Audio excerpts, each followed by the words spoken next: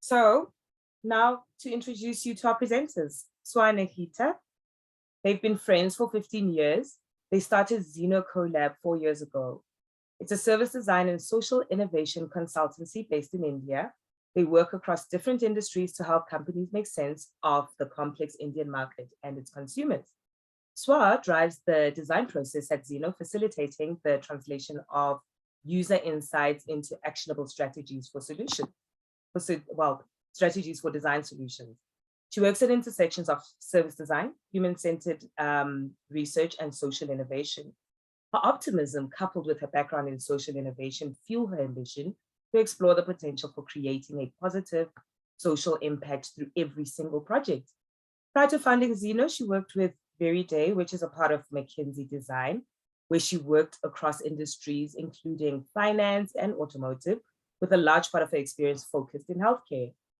This lady is quite a globetrotter, folks. You know, she's worked in Mumbai, she's worked in New York and Stockholm over the past few years, and she really enjoys working in new places and learning about diverse cultures and different people. So welcome, Swa. Thank you. And on to Nikita. Being a design thinker, Nikita focuses on identifying innovation solution possibilities through a human-centered approach at Zeno. Her keen interest in identifying interconnections between local culture, evolving societal mindsets, and its effect on consumer and business strategies drives her building deeper conviction while crafting new innovation opportunities, engaging in social impact for current and future scenarios. Prior to co-founding Zeno, she was a lead strategist at an innovation consultancy company, Turian Labs, and that's in India.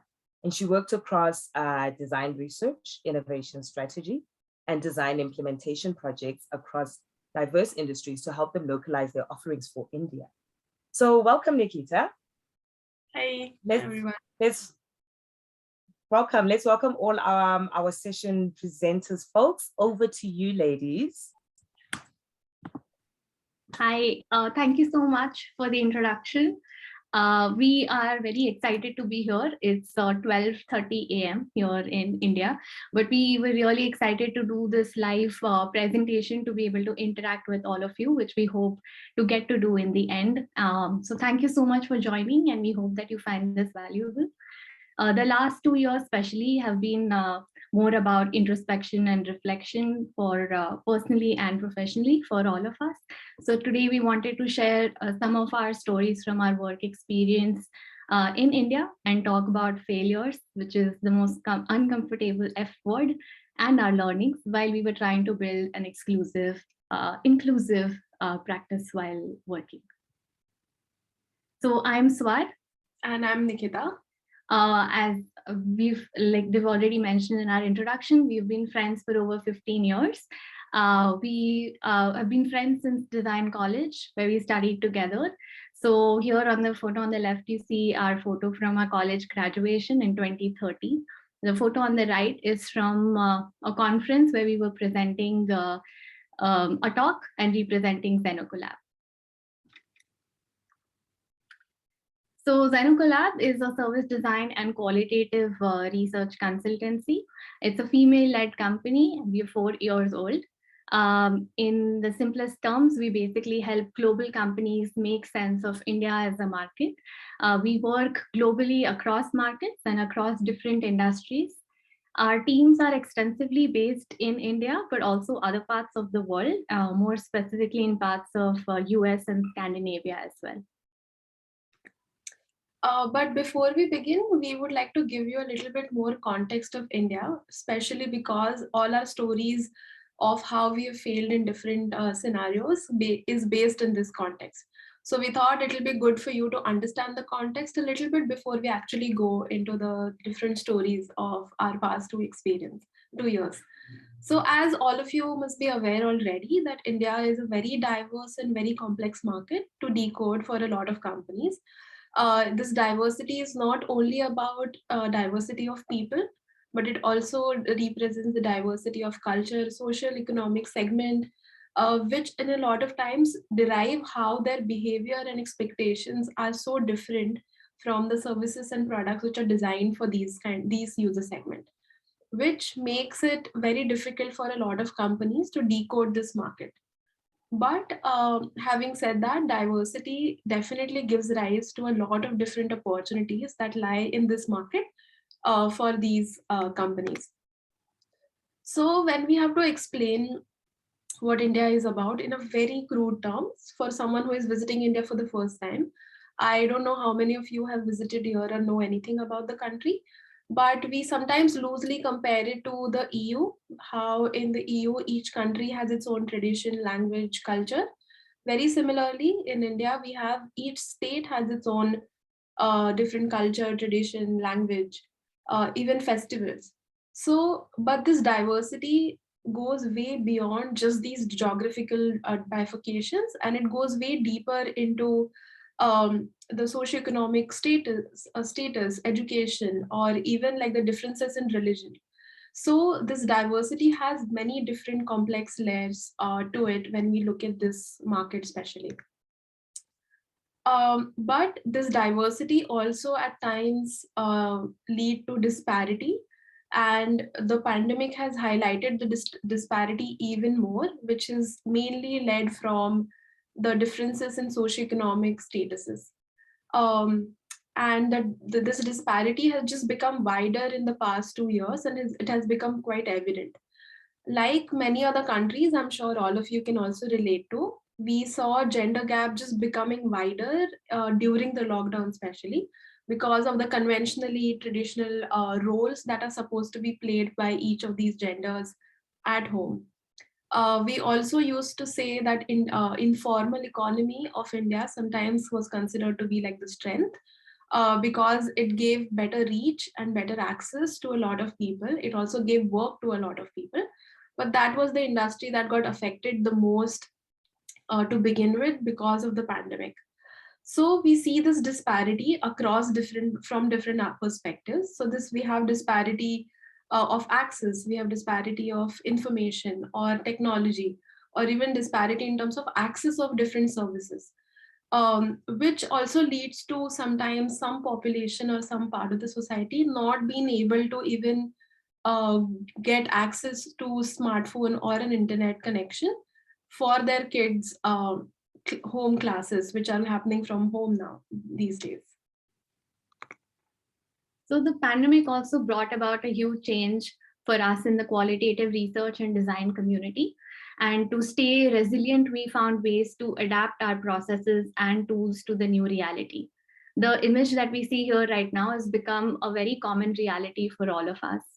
And while everybody was trying to figure out how to work remotely, we had to figure out how to conduct qualitative research remotely, which is a unique challenge in itself, while trying to achieve the same kind of results that we used to, because our work is so centered around people and the end users.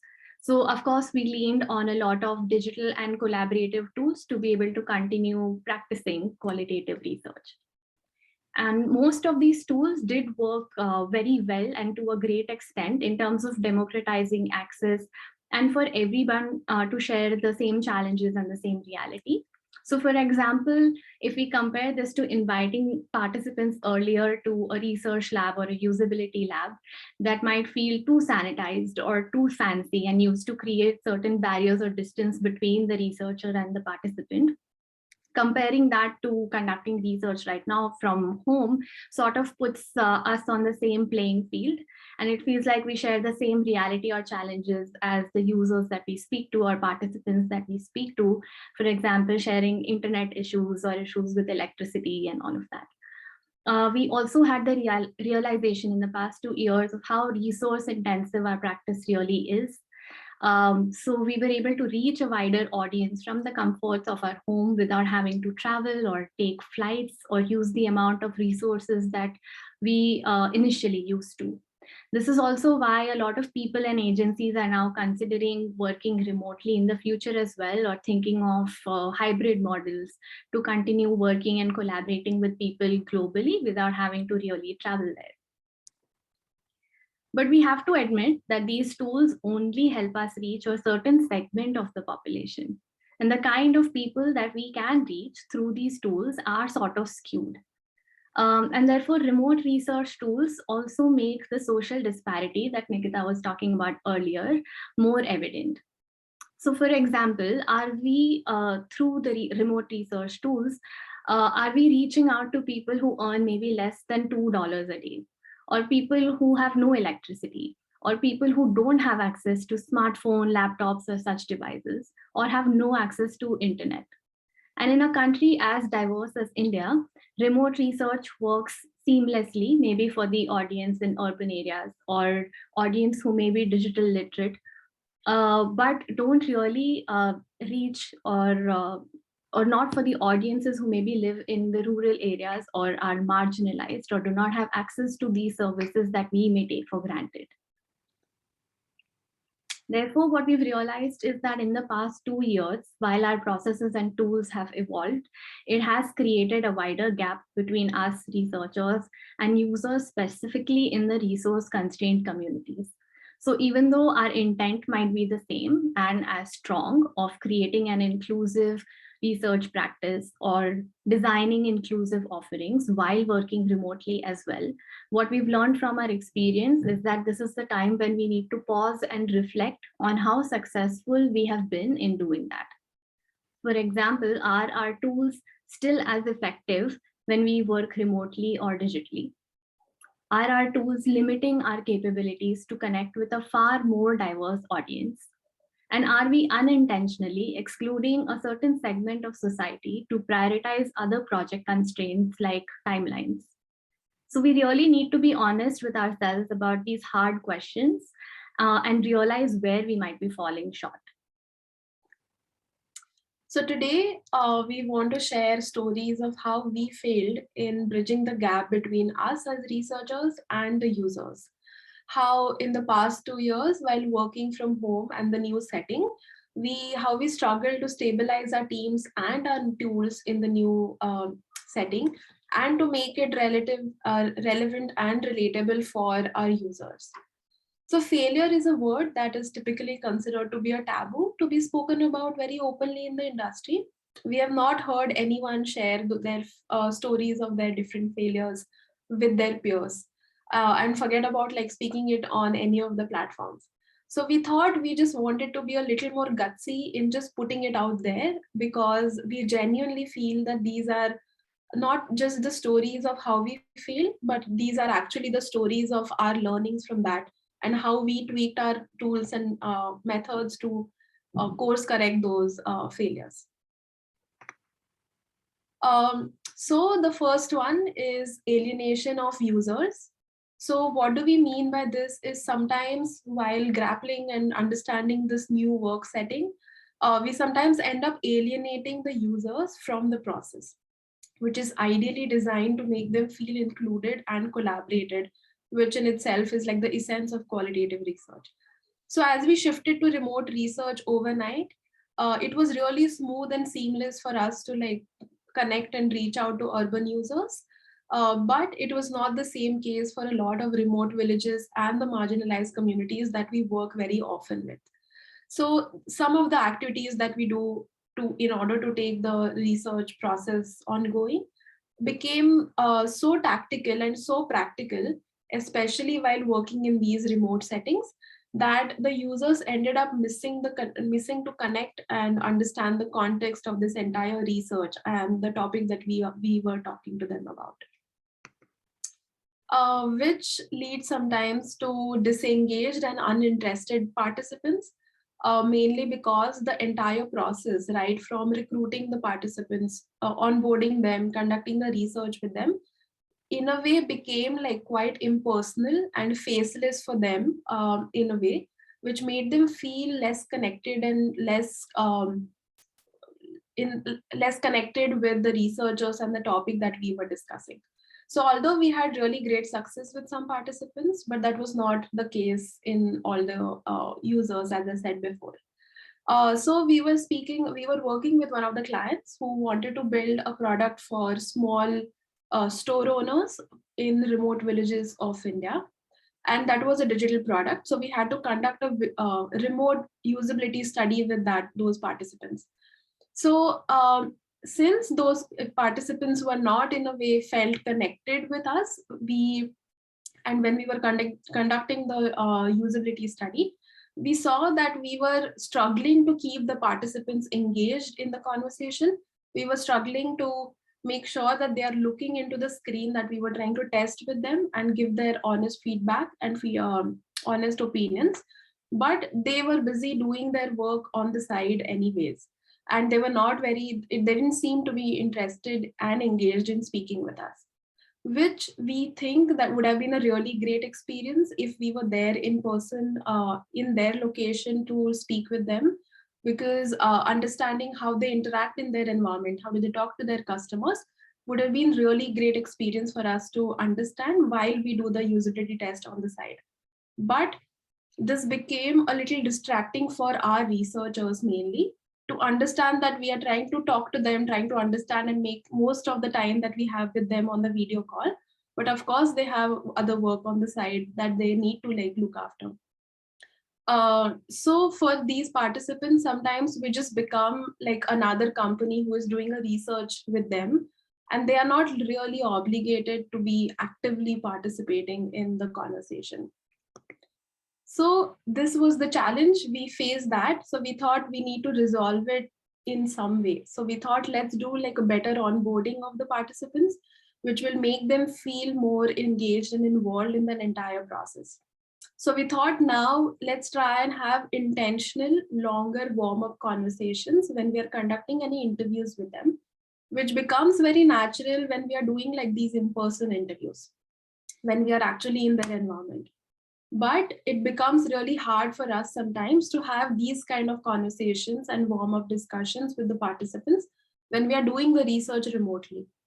And we had also started observing over a period that these warm-up conversations and the time which we spend in building the relationship with the participant was reducing for some reason when we were doing these conversations remotely.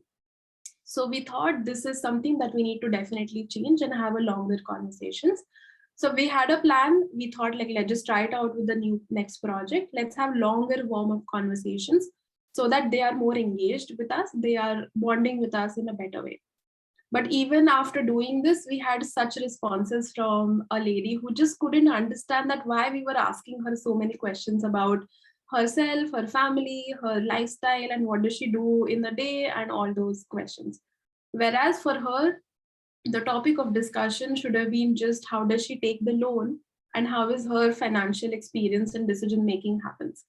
So this made us realize that there is something missing and we need to think a little more than just having these longer warm-up conversations to build that connection with the participants remotely, which building this conversation and building this rapport is like an basic essence of qualitative research. So based on all of these experiences, what we learned is that we really need to spend intentional time in building rapport and relationship with these users, which makes them feel engaged and invested in the research. So why we need to spend intentional time and longer time with them is basically because that is going to directly affect the kind of output that we have of the research. So we always tell this anecdote that when we go in field for in-person interviews, a lot of times we end up having like 10 cups of chai at the end of the day, because having chai together with the users at their own homes becomes like sort of an informal way of bonding with them and building that relationship with those participants. And that is really special because that bond gets created both ways. We have also had like amazing participants where at the end of the day, they like went to their farms, cut fresh vegetables and gave it to us because that was like a warm, hospitable thing that they were doing for us. So the bond, we all know that can go to that level as well. So we need to now reflect that how can we build that bond even remotely sitting at our own homes. So how can we be more intentional in designing our new processes and new tools that doesn't make these users feel disengaged or distant from us, while we are working in these remote contexts, which is a new reality for all of us. So this also made us think that we sometimes the time that we get for that interview, it could be 1 hour, is not the only time that you get to bond with the participant. Why can't we make use of the time before the interview and after the interview to build that bond and relationship with our participants? So with all of these learnings, what we have now started doing, and it has been quite successful for us, is that we have started doing giving sort of an homework to these participants before the interview. So these homework could be for us to understand their context about themselves or about the topic of our discussion. So so there are like two benefits that come out of it. Is that one is that we understand the participant a little better than what we can in just those that 1 hour period. That also sometimes end up saving up time of that remote interview, because anyways, like catching hold of the attention of the participant for 1 hour or more is very hard anyways, that I think all of us can relate to. And another definite benefit and very positive side of it is that the participants feel more engaged and involved in the process, because we are engaging them for a longer period. We are engaging with them at different touch points. So it's like a relationship that builds with them over a period of time, which has been quite great, which has given us like quite great results till now. Which brings us to our second story of failure, which is around ineffectiveness of low touch processes due to standardization. And by this, we mean that there is a varied need of personal touch in processes in different markets or contexts.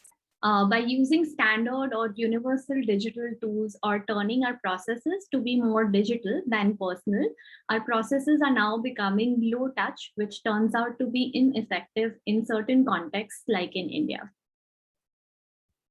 So to back up a little bit and give us a bit of cultural context to India, India has always been a country that relies more on human interaction or intervention, even for automated or digital processes.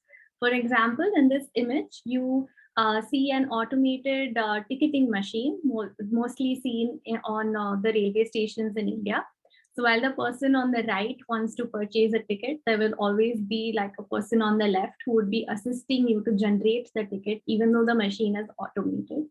And the main reason for this, again, is the diversity in the country and helping people who might not feel very comfortable with new technology or using digital tools. So providing assistance to them to help them along with the learning curve and make them feel comfortable with new tech.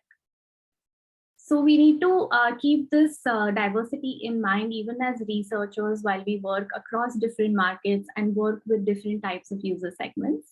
For example, while working on a project that was across different markets and was a part of a global study, our client chose to work with a digital platform for diary studies, which allowed the participants to view their daily exercises on the platform, submit their answers there, as well as communicate with the research team directly from the platform itself.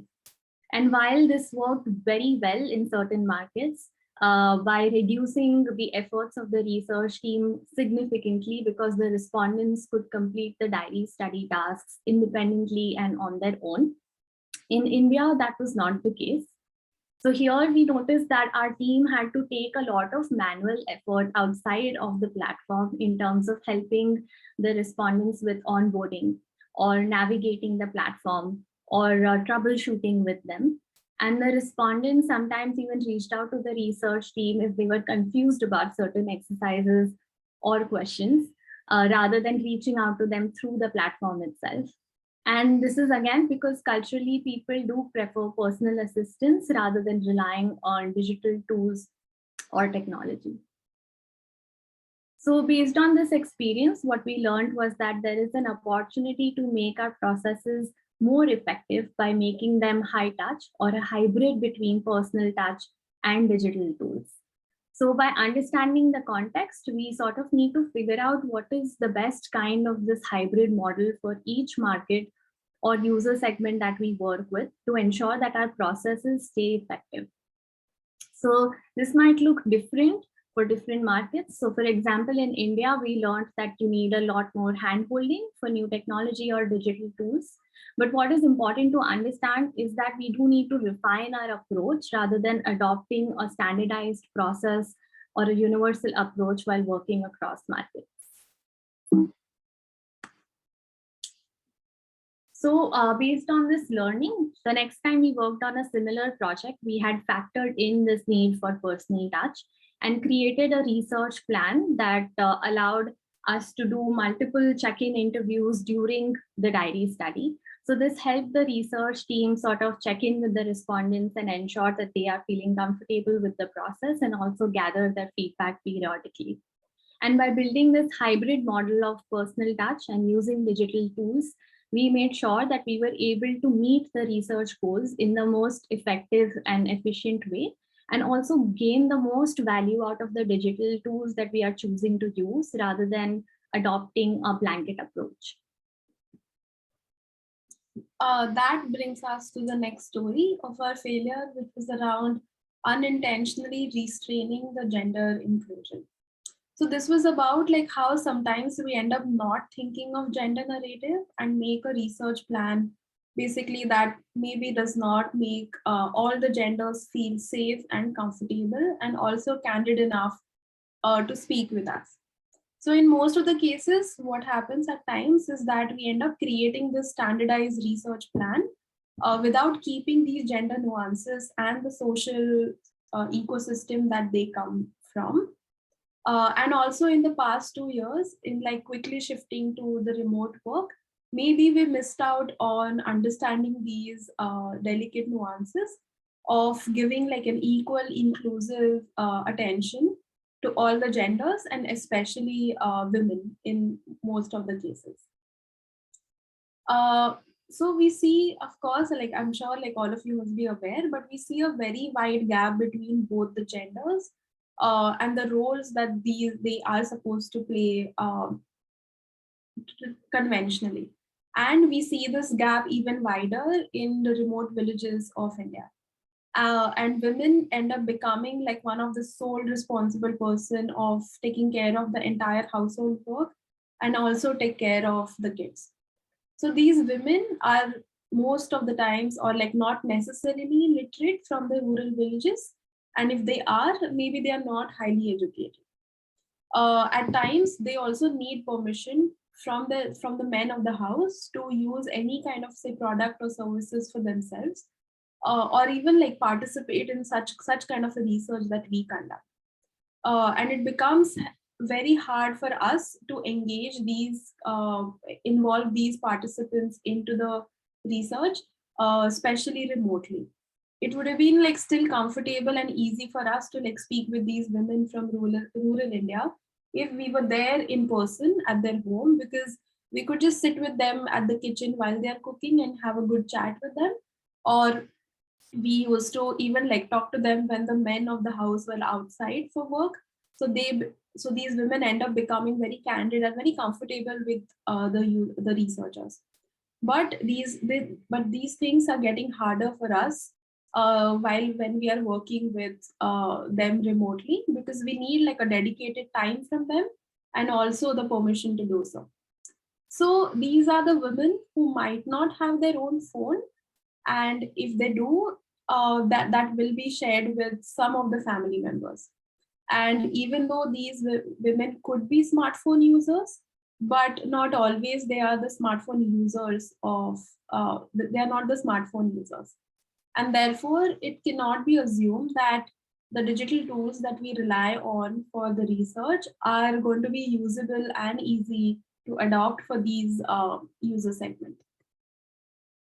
And with the low digital literacy, it became even harder for us to make these women feel comfortable and candid in using these digital platforms or video calling platforms to chat with us. And just to add to that, they don't even have their own space or privacy at times in their own home to have a very candid and open conversation with us. Since for a remote interview, you need your own space where you can be candid and speak with us. Because as you can see in the photo on the slide, we were trying to have a conversation with this woman, but the children of the house were continuously hovering around her, and they were coming and asking her some or the other question, and she was just getting distracted and uncomfortable in talking to us very openly because there were people around her all the time. So we had this learning. We knew that whenever we are going to conduct remote research with these women, we need to provide them some extra support. And it is not going to be the same the way we do research with them otherwise.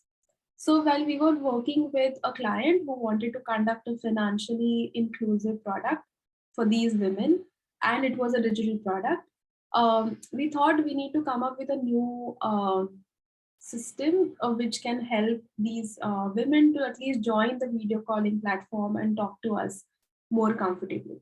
So we thought, let's create something called a buddy system.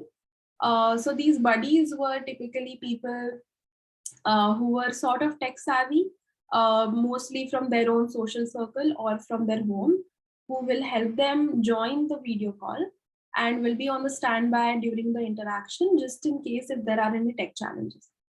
But what we failed to notice at that time is that all of these buddies somehow ended up becoming, somehow all of them were men of the house.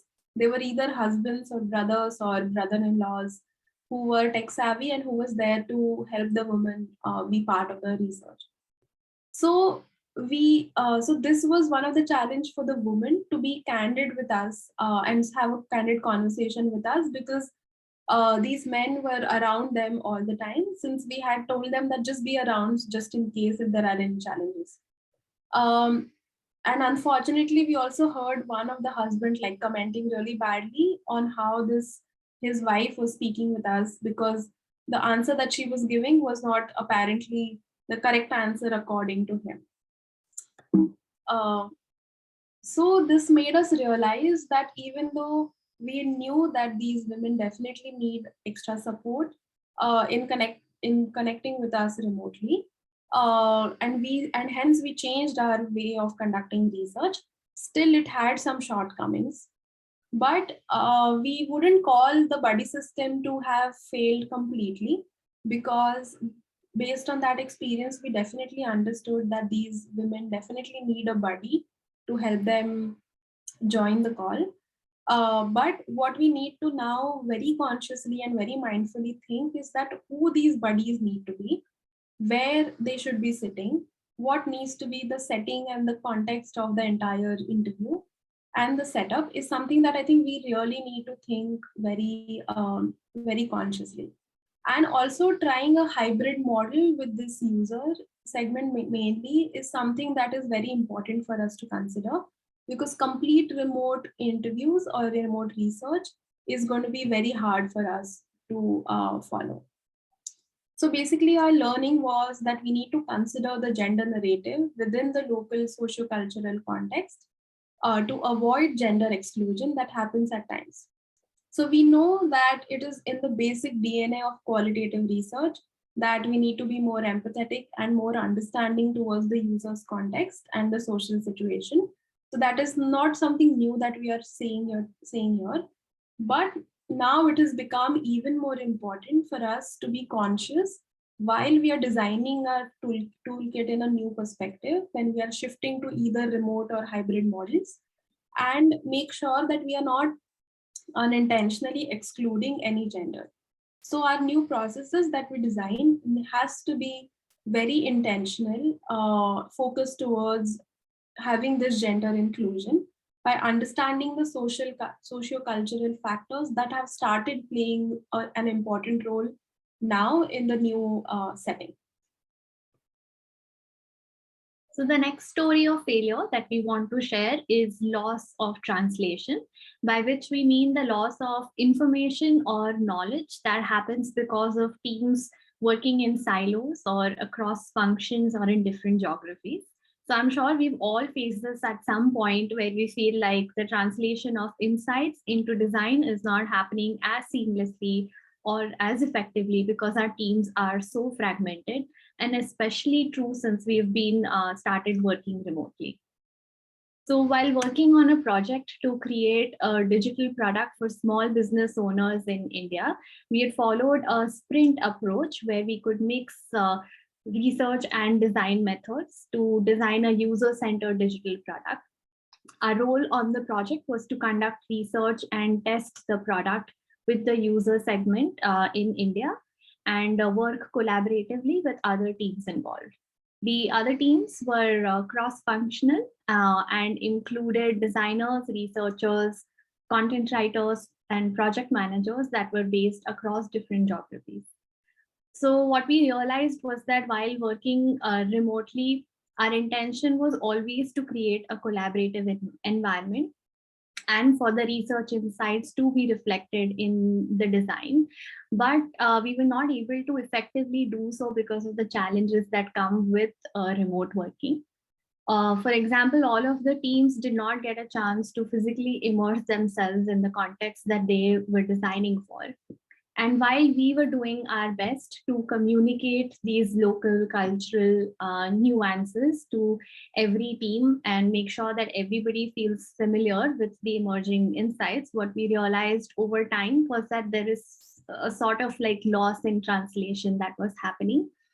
Where we were able to come up with really rich research insights, but we ended up feeling like we could have leveraged that more or communicated that better in a way that every team across every geography or function felt confident and comfortable with the same level of in-depth contextual insights to be able to translate that into the strategy and design of the product.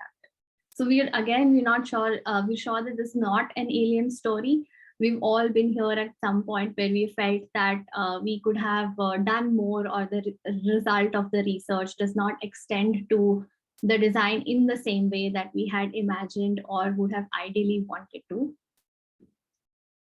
So based on this experience that we had for future projects, where we were working with global teams or in the capacity of a local partner or local expert conducting research in India, we started asking for a larger role or larger involvement during the process and other parts of the process as well, to make sure that the process is more collaborative and ensure that we are able to communicate and translate the insights to design more effectively. So for example, now we take more extensive notes while during research, where we add the cultural or social nuances within the notes itself, so that everybody who's collaborating on the document are on the same page and aware of those insights as well. We also schedule multiple debrief calls during the research phase after 1 or 2 interviews, so that we are able to add those socio-cultural nuances or insights to what the participants said during the interviews immediately while it's fresh in our minds, rather than waiting for synthesis later. And even during the synthesis process, we are trying to make it more collaborative with every team involved, so that we can provide insights as well as ensure that the insights are understood correctly by everybody and translated more effectively and carried forward in the most effective way. So while all these might seem like small changes, they've had a massive impact on how effectively we are able to work with teams remotely, and also ensure that the local insights are not lost in translation. So on reflection, what we've learned is that we need to build closer collaboration with local experts. So we might not be able to, say, travel every time or physically immerse ourselves in the context that we designed for, but we do really need to find ways to invite local partners or local experts more into the process to be able to gain a deeper understanding of the local context. So while we have been used to working remotely or collaborating remotely, what we need to also realize is that it takes a lot more time to build this understanding of the local context while we work remotely rather than in person. And to be able to collaborate closely, we will have to rethink and refine our process and approach, so that there is no loss of information or knowledge that is happening along the way, even if that means that we need to carve out more time in the process to be able to gain this in-depth contextual knowledge. So these were some of the learnings based on our stories of failure. And we didn't look at these instances when things didn't go the way we had expected, just as exceptions, because after reflecting, we realized that these are some of our learnings which we now need to learn from and evolve our way of working. So we need to understand that the toolkits that we have right now for qualitative research might not work in the exact same way when we move to completely remote models or the hybrid models, depending on the context of our work. So our team generally pauses and reflects on how we can change our tools. And we really would like to encourage all of you also to do it in the same way, in your own context, in your own way, which could be very different than us. So discussing failures is okay, and let's start doing that. That will just help all of us as industry to move forward very fast. So reflecting on these learnings, we always question ourselves that are we unintentionally alienating our users, or are our tools standardized to the level that sometimes it fails to make some part of the society feel included? Or are we not including, or are we not building the gender narrative into our processes, or are the new processes that we are building? And are we losing the intent and insight while working in cross-functional teams, especially remotely? And if the answers for all of these questions are even like partly yes, then it's, I think, definitely the time for all of us to push ourselves to be more mindful and to be more inclusive than what we are. So our inclusive tools not always make the users feel included. And I think hence we really need to build an environment that can make this happen. But in contrast, sometimes we end up excluding them in the process because we fail to understand their new realities and the new context that they are into. So it's time for us to be intentionally moving from exclusive to inclusive methods. And we need to keep this in mind while building the new toolkit, that we need to keep this in mind right from the planning stage. This is not something that we can just plug into when we are on field or when we are actually conducting the research. So we need to think that how can we make sure that we are not just relying on the digital tool, for example, to reach out to the participants, but explore different models like hybrid models as well, to like make sure that it is effective for the users that we are talking to. So we need to think that how can we not just assess a success of any of our new tool based on its performance in one social context, but keep an open mind to keep evolving it whenever needed. So this is our suggestion to all of our community, is that let's try to be more intentionally inclusive. So for this, what do we need to do is that we need to pause and reflect on how can we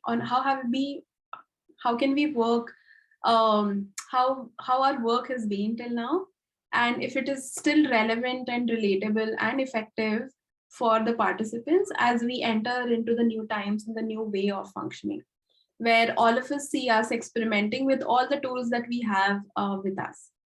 We also need to question and challenge ourselves and each other to find the effective ways of conducting research. We also, I think, need to share the knowledge and the learnings with each other so that we as an industry can move forward faster, and also keep evolving to make this happen, so that we can call ourselves as a truly inclusive industry, even moving into the new set of working. So these are some of our takeaways based on our learnings to make and build sustainable practices and sustainable tools for ourselves. And we really hope that this has been insightful for you. And we would really urge you to be open in sharing your stories of your failures with us, because we would definitely like to learn from it and also tweak our toolkit based on that. So please write to us if you have any of such stories or learnings to share with us. It will be really nice to listen to that.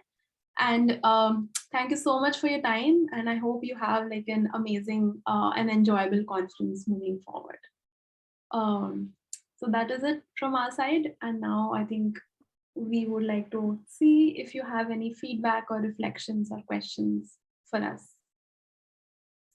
Thank you so much, ladies. That was such a wonderful presentation, so insightful. Do we have any questions? I did mention earlier on that everybody would need to put their hands up and just jot down your questions somewhere so that you can ask them at the end. So I'm going to give you, ladies and gentlemen, in the platform. I have a question. What kind of homework did you land on to be able to build that rapport with your users beforehand, the studies? So the homework, of course, the content depends on the research goals or the context that we were working in. But if we have to generalize, the approach was more to understand the context related to the research goals, but also build the rapport. So we did ask them questions around their family or their social context a bit more to get a deeper understanding of the experiences that we hope to dig deeper into during the interview. So if we could sort of get a preliminary idea of that, that helped us basically build that rapport and speak to their personal experiences more closely than trying to understand that during the interview. So we were basically trying to get an understanding of their environment, their ecosystem, and their personal experiences that they had sort of an emotional connection to before, so that we could bring that up during the interview. That was the intention. Yeah, sometimes we also ask them to make like these mini videos of themselves or their environments or their homes, depending on whatever we are, whatever the topic is. And then that just helps us also like see the environment, listen to them before we actually are going to interview them or like talk to them. So it becomes like beneficial both ways in a way. Oh, where's my hand? Hi. That was great. I think everybody could relate to a lot of those stories, even though they were in India, they happen everywhere. Even here in the US, we often run into people who do not have good internet connections, or, you know, people in their home are streaming, and it's terrible. It's so difficult. And I actually just 2 days ago had something where you were talking about them not being engaged. I had to talk about buying car and home insurance in the process, and one person literally laid down on their bed during the focus group. Like I could see them laying on their bed. So I relate. I'm just curious, because I kind of find what makes that whole kind of situation even more difficult sometimes is you might tell your clients, company you're working for ahead of time that you don't think that this certain type of methodology is going to work because you need to do it a different way to engage participants, and they maybe force your hand into doing something that might not work. So that's one thing, sort of how do you guide that? And the second is sort of what happens when you're having, are your clients watching these interviews? And if they are, sort of what does that add to the situation? I think that makes it even more difficult, because they might be like, well, why aren't you engaging them? And it's not you, it's the situation. So I was just curious about that. Yeah, I think firstly, what we have also seen is that in the past 2 years, I think the approach of the clients also has partly changed, because this generally understanding and the empathy towards everyone, I think, has changed in different levels with different clients. So a lot of times clients come with some expectations that, okay, we are going to have technical challenges. If we are going to do interviews with a rural setting, then we know that these people are not going to know how to use the platform. Like the smartphone that they use, for example, is mainly just to make calls. So they don't know anything else other than that. So some of the clients definitely come with this preset understanding and empathy. So they know it is not going to be exactly how it is in person interviews. So, but those are like our, when we are super lucky, we get those kind of clients. But we also have clients where they start getting agitated that why the internet is not working, why that person is not talking properly, or the way so-called properly speaking is for that particular client. So I think we just try these days to have like a conversation with the client beforehand to set the expectations. And in the past 2 years, I think we have had the chance to work with different set of users. So right from rural remote villages, women from those areas to urban population and the leaders of the company. So we have had the range of speaking with different participants. So sort of we have seen the pattern of the kind of challenges we face with different user segments. So we generally have these conversations with the client and keep their expectations that this is what is going to be. And as I think Swar also had pointed out, is that these clients, like we welcome all of them to join the calls always, because first time listening has its own charm. But we also try to make sure from our side to have like these contingency plans. So for example, we just keep the client also prepared in a way that if the video call doesn't work out for some reason, let's just switch to a normal phone call and we'll do a conference call in those cases. So we try to have alternatives wherever possible, and keep the client ready that this could be chances that we might move to like this setting.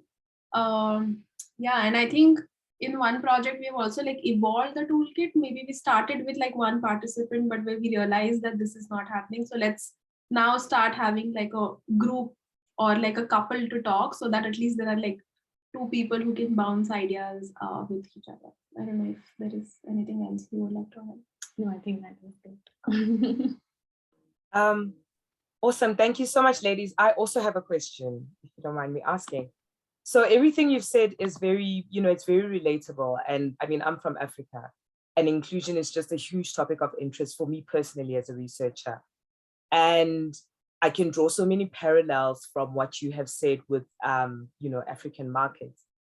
So what I wanted to know from you ladies is, when you were developing, like, hypothetically speaking, that inclusive financial product, and you were conducting that research, when it comes to the design of products that are inclusive to women, have you ever encountered resistance, either within the use of your methodology? So, you have the digital methodologies where male counterparts in the household have to get involved. Or have you also encountered resistance from your clients, your male clients, who obviously have certain set kind of mindsets and may simply just see whatever insights you come up with as anecdotes? So how do you approach, the masculine side of things, so to speak? Because, that's always a challenge. I find that it's always a challenge in my market. So how are you approaching it? Yeah, that is a very interesting question, and something that we also personally struggle with beyond a point, because we can only push so much within each project, or with the kind of capacity or involvement we have within each project in terms of that. So in the past, like we said, when it comes to the user segments that we work with and the masculine roles, or the male counterparts within their family, as Nikita had mentioned during the presentation as well, what happens is that it's difficult to get the women's sort of consent to participate in the research, because it depends so much on what the opinions of their partner or the male partners are. So at times we've had to then also speak to both of them, or get permission for both of them for her to be able to participate in research. So we identified that quite early on in the process, so made sure that we do that and try and engage. And then of course, if it does not go beyond a point, we have to let go, but that is something that we do consider as well. Even when we're discussing especially financial products, we know that women are like heavily involved in terms of engaging with financial products, and are a huge like customer segment for group loans, for example, and other financial products as well. But a lot of their involvement or buy-in to the product does require the participation of men in the family as well, since it is quite a patriarchal structure. So therefore, even if we're talking to women and they are the end customer or user segment, we make sure that we also understand the involvement of the men, and to what extent. So while designing services, that is also something that we keep in mind, or during research we take into consideration. And then when it comes to resistance from the side of the clients, we think we've been quite lucky in terms of the kind of clients that we work with have been within the social impact or microfinance space and have had years of experience of working within the space, and also quite familiar with the value of research and qualitative insights. So we haven't faced any resistance yet. In terms of them understanding the value of those insights or understanding the role that the integral role that women have in a family and in terms of financial planning and decision making. So we've been lucky so far. Yeah. Oh, okay. Wow, you have been lucky. It's a bit tougher this side. Sure. We would like love to Awesome. know and exchange notes. Yeah, definitely. I think we should catch up after the session. Yes, For sure. Do we have any more questions? Just turn on your video if you want to jump in. Okay, I think, yeah, right on time as well. We've come to the end of the session. So thank you so much, ladies, for that wonderful presentation. So much food for thought. I definitely am going to be taking some stuff home with me. Thank you to everybody for making the time to be a part of this. Thank you for the well thought through questions and the responses as well. So we're glad you could join us today. We're going to have a 15-minute break now, and you can return to any one of the other sessions. We look forward to seeing you at more of these QRA Summit sessions. Yeah, it's actually a longer break. I want to say, I was going to say it's actually a longer break. So we're coming back at the at the 45. So for those other people who have joined, so Swara and Nikita were supposed to speak in San Diego and they weren't able to come. So we wanted to give them time here, but their presentation was only an hour. So everybody, you get a little extra half hour. So come back at 45 for the topic connections. Swara and Nikita, thank you for staying up so late to talk to us. Thank you. Awesome. Thank you so much, Lisa. Yeah. Thanks a lot for having us. Thanks, sorry, Nikita. Thank you. Thank you. Bye, everyone. Bye.